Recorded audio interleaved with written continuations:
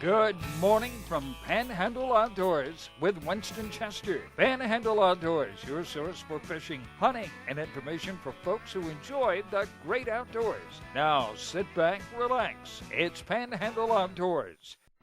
Good morning, folks. Welcome to Panhandle Outdoors. I'm Winston Chester. Glad to hear this Monday morning, getting a week start off right with Panhandle Outdoors and our weather brought to us by Haney Technical Center at the corner of Baldwin Road and Highway 77. Listen, we're in a cool snap. High today's going to be 89 degrees. That's what the National Weather Service is telling us. So y'all get ready for that cool snap. Don't get too excited about it though, because it's going to get back up at 90s pretty quick. Low will be 75, and the water temperature now is still at 84 degrees. A good healthy water temperature there, and it's a good situation. Take a look at our tide chart brought to us by Kent Forest Lawn Funeral Home and Cemeteries. We have a high tide at 9:31 a.m. and low at 7:12 p.m. Last week we had a lot of neap tides. We're getting into some good strong tides right now for this week, so good tidal flow going on. The marine forecast, wind south-southwest at about 9 miles per hour. And our moon, we don't have a moon chart with us. With Monday, we'd like to talk about the moon this week, and our moon is waxing, so we've got a pretty strong moon building up. We've got a full moon coming up at the end of next week. So let's go ahead and we've got some special guests here in the studio, so let's go ahead and take our break, and we'll be right back.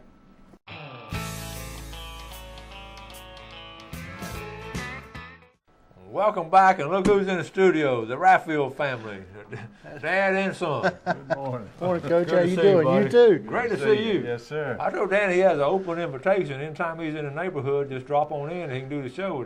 And basically, about what I did with him, Daniel. Yes, that's about right. We tracked him down a few minutes ago. Yeah, he happened to text me, and I said, "Where you at?" He told me, I said, "Come on by and do the show with us." So this is a spontaneous, unrehearsed Panhandle Outdoors. Of course, they're all like that, but Dan, welcome, Danny. Well, good to be here. What's going on down there around the Lighthouse and Cape San Blas and St. Joe Bay? Down in Paradise, it's it's everything you want to do is there. You just get creative. The bay's unbelievably beautiful, clear now. Yes. We got a lot of folks, me included, just to find the sandbar, and we've enjoyed. Everybody's enjoying the clear water. Slip up in a shallow place, swim, have a watermelon. The bay's just family ready right now. The temperature of the water is great. It's just a great outing. Yeah, and I can amen that, because we were in the water the other day, and I thought, let's see, July 1st and 2nd, and I thought, what a great situation. The water temperature just right, the kids jumping in, having a ball, and it's just perfect. Well, you got 18 miles of outside beach, from the Cape to St. Joseph Point, and the bay again gives you another 17 miles, and the flats. The water's just gin clear, and there's scallops beginning to show up. We need them to get larger. That's happening. It's going to be another month. You and I have that same school of thought, and a lot of other outdoors have the same school of thought. We really wish, and I say it every year on this show, we really wish they'd open up in August and maybe extend it a little bit better, because they are small right now. Yeah, it's most folks, there's an outing if you want to catch a few scallops and play with them, but as far as putting any in your freezer, it's a little premature. Yeah, and all the locals know that, and we'll talk about it more on later on, but it was a little slow the first couple of days we went, but we got enough for July 4th cookout, and I know get a couple of fresh buckets is really nice. Oh, yeah. And then the mullet's there if you like mullet, cast netting and stuff like that. Now, I was going to ask you on your cast netting, have you been doing pretty regular on it, or are you wait more to the fall? Well, now's a good time. I mean, the mullet's got fat in them, whether it's spearfishing or cast netting, there's mullet to be had, and the shallows and in the sawgrass and stuff like that. So. Now we're talking about a long line of family members who caught a lot of mullet in the generations past. So we enjoy it. And what about your floundering? How's the floundering down there? The restaurants all get, if you go out and want to eat, you can find some good Florida flounder, and so the guys at gig to supply the restaurants, they're catching their share, and then hook and line and the deeper edges, bull minnows, stuff like that.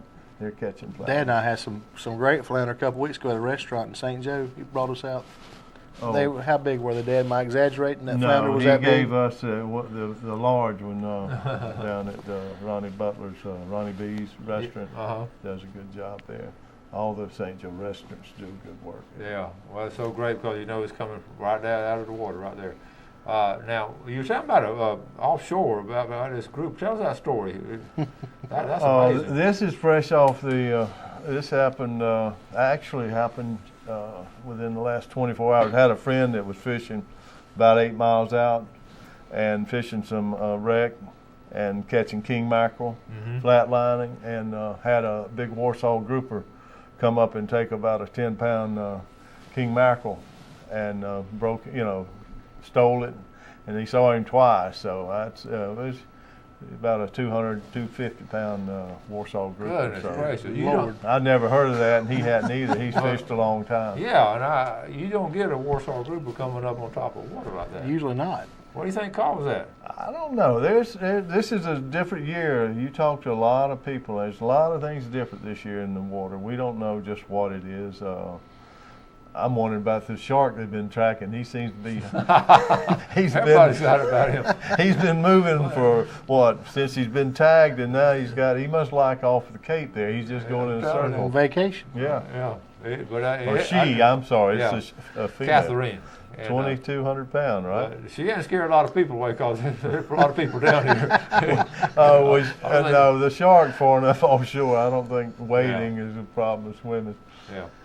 What about anything at a stump hole and surf fishing? You hear much going on there, or St. Vincent over there? Well, anybody that fishes and fishes tides and they're catching fish. It's hot right now, and some of your shallow stuff. It's early, early and late is best. Working the cooler part of the day, but king mackerel are just tearing it up offshore. I mean, plenty of king mackerel right now. And of course, we all know about the snapper.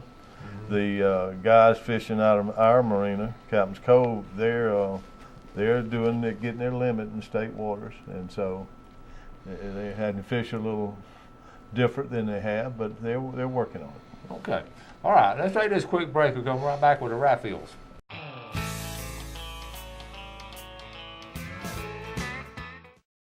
Hi, welcome back with the Raphael family here. It's great to have them. I've known this family a long time, and when I did the book, I got to know them even better. And from St. Joe and the early history, I know I've been to y'all's family reunion. You have. I know you probably had some fried mullet. I did, and that's exactly what. And, I was going to tell you that inspired Gail.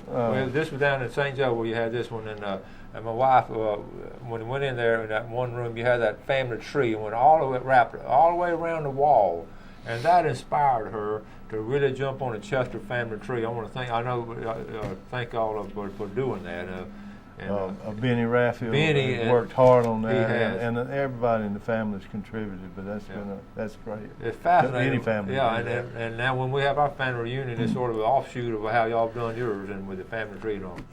I've been at the dealership, Bill Kramer Chevrolet, for 4 years in November, and it never fails. Anytime I shake a customer's hands or I talk to a customer, somebody knows a Raffield or I'm kin to them. And it's an ongoing joke at the dealership that I'm sure Raffield's kin to that guy. And most people come out of my office and we can say, this guy's a distant relative. So it helps out the car business too. Well, speaking of cars, how's the car business going? The car business is phenomenal. It's like anything else. You have your good and your bad months, but here lately it's been unbelievable. Chevy and GMC still selling real good. Like we always say when we come on here, it's always a good time to buy a vehicle. Pre-owned market right now is phenomenal. What we're really seeing is these Chevrolet trucks, these GMC trucks, holding a higher resale value than any other manufacturer, Dodge, Ford, Toyota.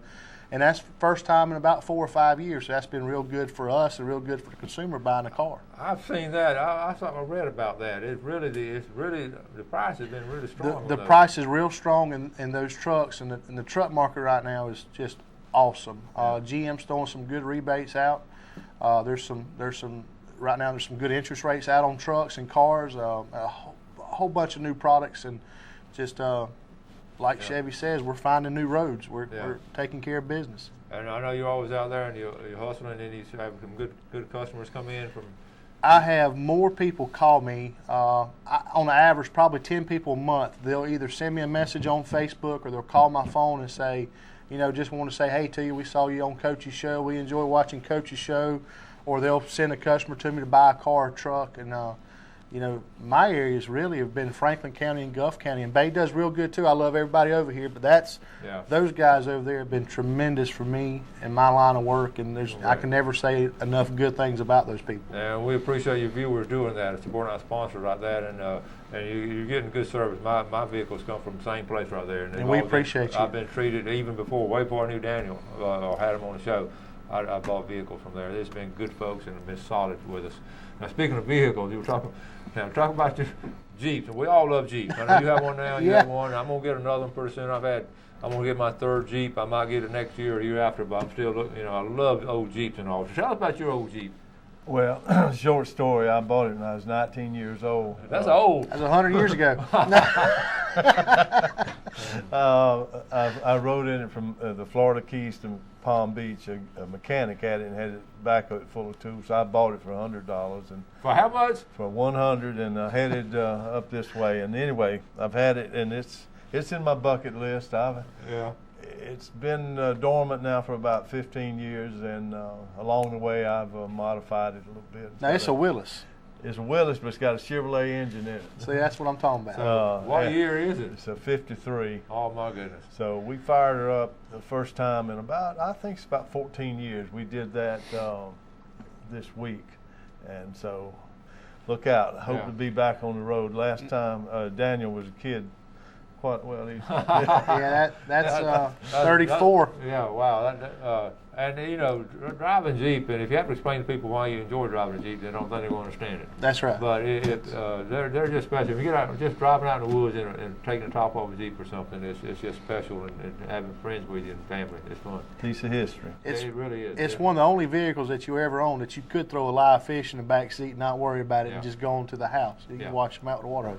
And Dan, you're right about that. That the Jeep came out in World War II, and the destroyer behind it, that is such a great piece of American history, American ingenuity, and us having to get the job done and doing the job. Shows what American can do, That's right. And it was a product directed for a job, and it's still hanging on today. It's a great story. And I know I kid my students about it. I tell the Jeep story in class about how it actually started. I want them to have appreciation of American history like that. And I said, now lately it's been sissified a little bit, but they are still good vehicles. And Patton credited for winning the war. Yeah, that's right. So anyway, what's going on at Captain's Cove Marina down there at Island View? Captain's Cove Marina is continuing to grow. It's a steady, it's a down-home marina. We have a lot of great tenants, people that enjoy coming there. We enjoy folks coming there and just no hassle. We take it. It's an old Florida marina, and we got a lot of satisfied folks. A lot of people fishing, enjoying the bay. We're real busy this time of the year, but. Dad has the best access point as far as marina anybody around that area for what he's got. His resources and where he's at is unbelievable as far as access to the Gulf of Mexico and the amenities that he has there versus the price of, if you will say, the competitor. Yeah. He's got it going on, no doubt about it. Well, you got access to the intercoastal and the bay and of course the Gulf, and any kind of weather you can launch there and go fishing. But it's been good. We're growing. Yeah, and it's like I say, ground zero to just run up the intercoastal and fish, and or just run out there in the bay and fish and all. So people been catching some fish over there. Yeah, that's probably the fishiest place in Gulf County is right there at the entrance of the Gulf County Canal into the St. Joseph Bay. Yeah, I've fished there, and it can be really good. Yeah, there's some good red fishing. And people do weight fishing. Now, you still got your boat storage and all? Yeah, we've still got boat storage, and we do, right quick, we do self-storage. If you want to bring your boat over, short-term, long-term, we do all that. We do dry storage inside our boat barn, 28,000 square foot barn, forklift service in and out of the water. We have a limited dock area, but we do have a transit dock or short-term dockage, and we do fuel and ice. And so we got 8 acres there. with people. Now, that's some of the old original family property, then, wasn't it? That's After right the where war. my dad started when they dug the Gulf County Canal. That's the first place that, until then, you know, Gulf County was as good as its name. It was limited as far as inland or protected areas, and the only docks that were available were on the bay, and if it got rough, it was tough. So when they dug the Intercoastal Canal there, it opened up that, and so that's Dan, where when he started. When did they dig that canal? They started in 35. Okay. I think it was probably, I'm not sure if it finished. It was right before the mill opened, so I think 35, 36. So right after they did a new path, the San Andrew Path here in 32, so I guess they probably just went over there and just started doing some digging there. And that's a great access. Well, that tied the coast into the intercoastal that went from Brownsville, you know, south. Yeah, right. So that was a great thing for this area. It sure was. It sure was, and it's still being used. I mean, with sportsmen, it's a little paradise over there. Well, it tied really in dry season. We've seen oysters grow all the way up the canal. We've seen mackerel, bluefish up caught in the intercoastal, and it's only time you don't have Gulf species in the canal is during high river or something. Yeah. So it's really quite a thing to have added to where you can fish in this area. That's cool. We're going to take our final break, and we'll be right back. Now, welcome back. Glad you're with us on this Monday morning, getting the week started off. It's going to be a great weekend outdoors. Sitting here with Daniel and Danny Raffield, and part of our big sponsor team over there at Bill Kramer Chevrolet. So let's look at our fish and game forecast first. Brought to us, speaking of sponsors, brought to us by Mark Coward. I'm just going to hold it up here. Mark Coward Real Estate. And our times, we're looking at our times this morning from 8:12 a.m. to 10:12, and this evening from 8:38 to 10:38. Those two-hour blocks right there. And I know, Danny, you living on the water like you have all your life and all. You'll see just certain times of the day where things are happening. Right. And you witness that, don't you? Oh yeah. And, It's as far as you know, every day, every minute, the bay water's changing. There's always a moving mark, you know, and there's a lot going on. Yeah. Okay, you were telling me during the break you're looking for a boat now. I'm looking for a Yeah, boat. right. People pick on me. I don't keep things very long except for my wife and my youngins. There's two things I'll have forever, but I am in the market for a flats boat. Nothing too extravagant or too expensive. Something. Okay, a flats boat. So some of y'all, Yeah. it's a good time of year to move the boats That's and all. exactly right. I'm time, looking. yeah. It's a good time to fish. I've just got to find time. I sell so many cars and trucks.